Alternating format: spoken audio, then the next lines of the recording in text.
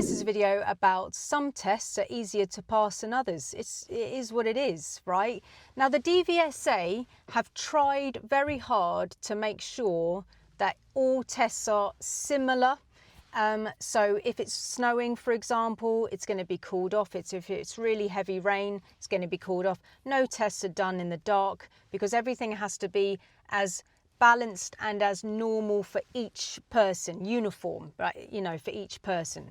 It has to be delivered in a certain way. They've got maneuvers to pick, which has to be random, and they have to choose. Like one of my students, for example, said to me the other day, which one's the most popular maneuver to be chosen? There isn't. It's just on a carousel of choosing, like which one it is.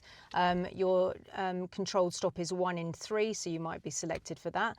But the driving test itself, they try to make it uniform, but that's not possible, right? Because if you're doing a driving test at 8:20 or 8:40 or at 2:40, these are the test times in Cheltenham, they may be different in your place, right? But if you're doing it at 8:20 and 8:40 or 2:40, those are very busy times because of the school run, if it's school term time. And it's rush hour in the morning as well. Everybody's trying to get to work. So those tests, 8:20, 8:40, extremely hard to pass. I heard an examiner once say it's like a 1 in 5 chance that somebody will pass at 8:20 and 8:40 because they would have to be absolutely excellent.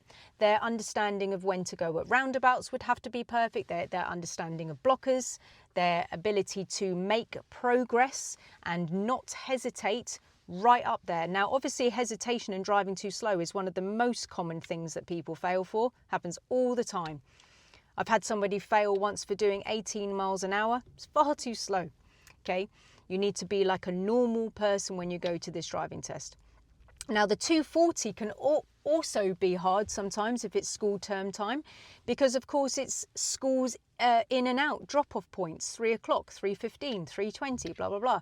So, you know, you might, if you get a 2:40 test, be taken past a school to see if you can react to the lights flashing up and down with the minimum advised speed limit being 20. Yeah, so he's going to check to see if you respond to stuff like that. Now, if I was an examiner, personally, I would know that if we were on an 8:20 or an 8:40 and it wasn't school term time, then that would be an extremely easy time to go to your driving test because there's no one around. Yeah. So an 8:20 or an 8:40, especially on a Saturday, oh my goodness, there is not going to be a soul. It will be like the Sundays back in the day. If you're old enough, Sundays used to be like no one around. Where was it? Like if you're old like me, Sundays, there used to be like no one around, ghost town, no one around at all.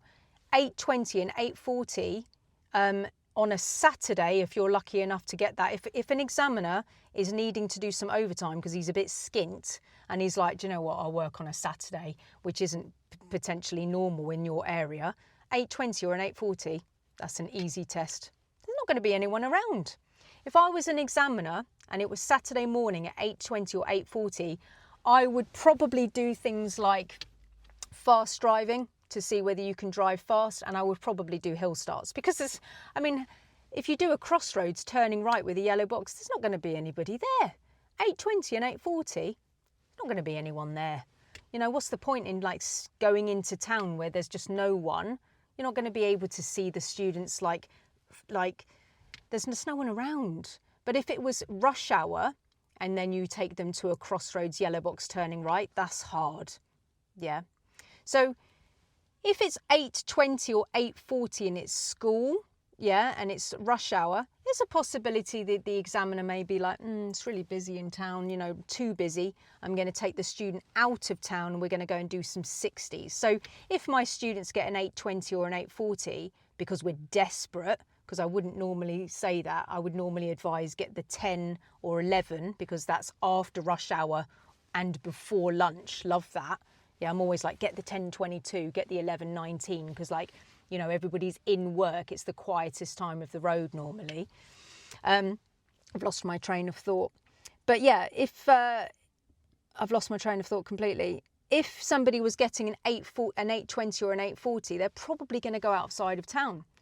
Because if it's really busy, the examiner may be like, we're just stuck in traffic. Let's go on up onto a 60. Let's check speed and stuff like that. Not necessarily. There's low. I don't know, right? There may be roadworks. There may be other factors. He may be checking on something that he can see a weakness in you, and he wants to keep on having a look at that, whatever. But if it's really busy in town, he may be like, let me get them on a 60 and check speed over there, right?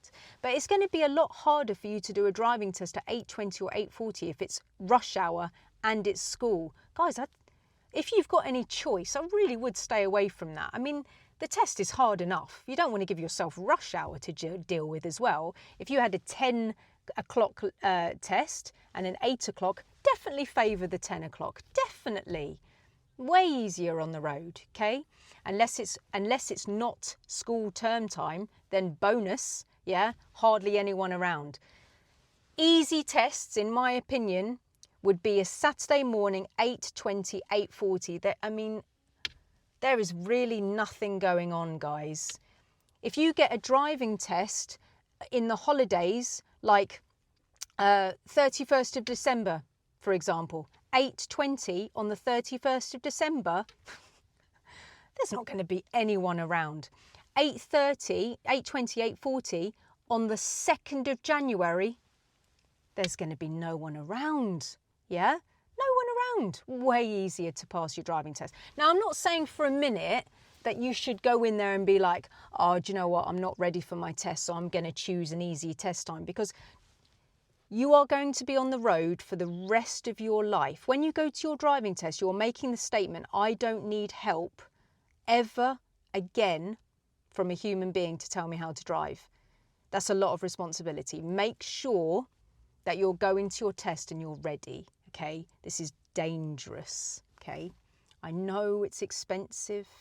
I know if you can get a car in your private life and get somebody to take you out, that does make it cheaper. I appreciate that this is expensive. I understand, of course I do. But just because it's expensive doesn't mean that you don't want to spend money on it, because it's very dangerous, okay? Make sure you know what you're doing. If you're with a driving instructor and your test is booked and your driving instructor is still telling you how to drive, you really shouldn't be going to your driving test. If you're asking them questions very close to your driving test about things that you should know, you shouldn't be going, yeah? Really. When you're approaching your driving test and you're very close, your driving instructor should just be sat there going, wow, that's brilliant, that's really good. And when they ask you a question, they should be like, yep, that's correct. And they should be an observer, not a helper, which is what I said on my other videos. If your instructor is an observer, an appraiser, and not a helper, you're onto a winner, right? That's where you want to be. There are easier test times to take, 8:20, 8:40 in the holidays. Yes, they are going to be easier because there's less traffic on the road. So it will be easier. Now, the examiner may know that, and they may, like me, if I was an examiner, I would definitely know that, and I'd be like, how can I make this test harder for this person? I'm going to take them on fast roads. I'm going to get them to do hill starts. I'm going to get them to do the Bay Park.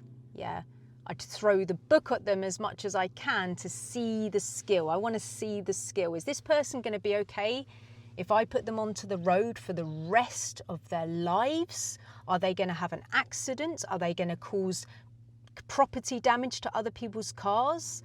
Are they going to be problematic with pedestrians in the road? They're not, I spoke to an examiner once, and he was like, I said, how do you cope with failing people? How do you mentally cope with that? And he just said, I know that I'm doing the right thing, because if I pass them, I'm doing the right thing because it was brilliant. And if I fail them, I know I'm doing the right thing because of everybody's safety, including theirs. I've gone properly off topic here, but my point is, make sure that you learn for life and you know in your soul that you've got it, okay? I know it's expensive, but know in your soul that you've got this, because you're looking after you, your children, other people and their children. the cats and dogs that are in their car that are going to the vets, yeah, your car, your pocket money, your money, because if you crash your car, it's very expensive. Even if you crash into a wall, it's still going to be expensive, right? So learn properly and correctly, and in your soul, know that you should be on the road, okay? Don't just try and get to this test because it's expensive and you want to go. Yes, there's easier tests to take, 820, 840 on the holidays. It is easier. It is. I did a test on the 31st of December last. There was just no one around. Yeah. The student passed. Yeah, there was nothing around. Okay. So I'm passing that information on, but please, please do make sure that you go to this test and you're ready.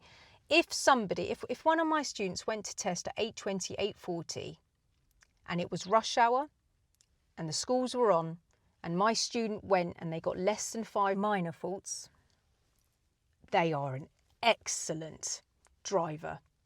I mean, we are talking exceptional. That is impressive.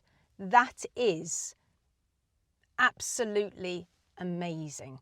That's the kind of person that you would want to be. Yeah.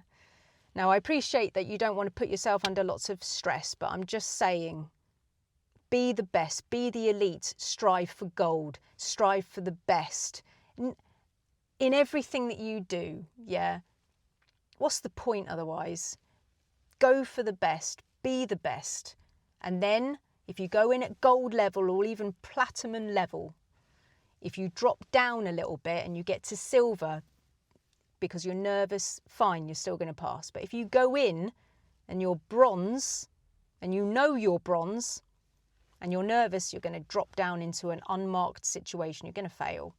Don't go in at bronze. Go in at gold. Go in at platinum. Okay? And then if it drops down because you're nervous, you're relying on your skill. You've learnt it beautifully and you can be like, yeah, I'm nervous, but I'm so skilled that my skill will outweigh and trump my nerves. All right? God, this video's turned into a long one. I didn't actually intend that to happen at all. But yeah, guys, I really hope that helps you today, and I'll see you on the next one.